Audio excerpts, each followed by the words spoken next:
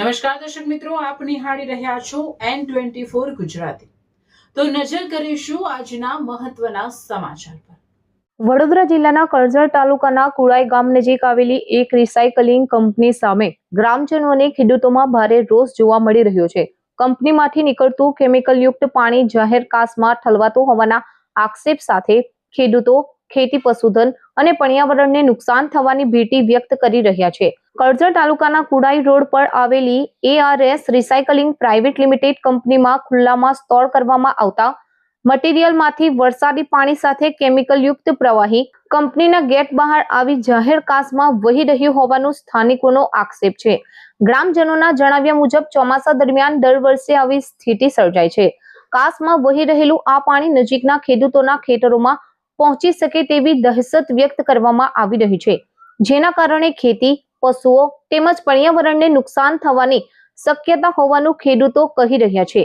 સ્થાનિકોનો આરોપ છે કે કંપનીને અનેક વખત રજૂઆત કરવા છતાં સમસ્યાનો કાયમી ઉકેલ લાવવામાં આવ્યો નથી। ગ્રીન ઝોન વિસ્તારમાં આવી રીતે કેમિકલયુક્ત પાણી ખુલ્લામાં છોડવામાં આવતું હોવાના આક્ષેપ સાથે ગ્રામજનોમાં ભારે નારાજગી જોવા મળી રહી છે। હવે ગ્રામજનો સમગ્ર મામલે ઉચ્ચ કક્ષાએ રજૂઆત કરવાની તૈયારી કરી રહ્યા છે।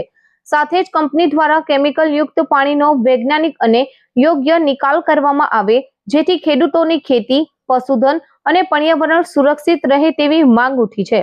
કુરાઈ ગામના ખેડૂતો અને ગ્રામજનોની માંગ છે કે સંબંધિત તંત્ર તાત્કાલિક સ્થળ તપાસ કરી યોગ્ય કાર્યવાહી કરે અને કેમિકલયુક્ત પાણીના નિકાલ માટે કડક વ્યવસ્થા સુનિશ્ચિત કરે।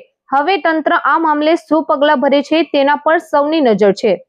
હવે અહીંયા આગળ એક કંપની અમારા કુરાઈ રોડ પર આવેલી છે, એનીમાં આ લોકો કેમિકલ યુક્ત બધું નાખે છે કચરો, અને વરસાદ પડવાથી એ કેમિકલ વાળો કચરો બધો ધોવાઈને પાણી બહાર નીકળે છે, અને એટલું કેમિકલ વાળું છે ચોમાસામાં જ પાણી કાઢે છે આ લોકો, અને કાયદેસર પાણી છોડી જ દે છે એવું લાગે છે।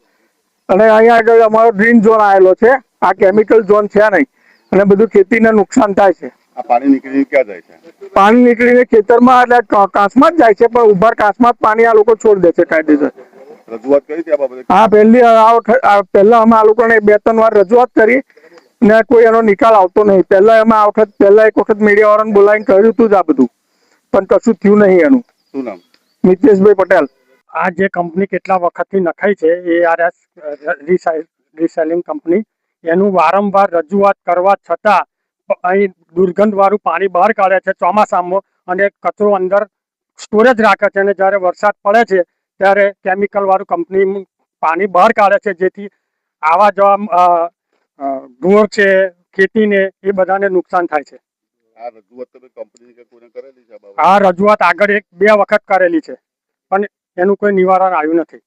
આ તમારો ગ્રીન ઝોન કહેવાય છે? હા, ગ્રીન ઝોન કહેવાય છે। આ શું કેમિકલ યુક્ત પાણી ઉપર છે? હા, કેમિકલ યુક્ત પાણી છે। શું નામ છે તમારું? પટેલ મનોજભાઈ જગદીશભાઈ।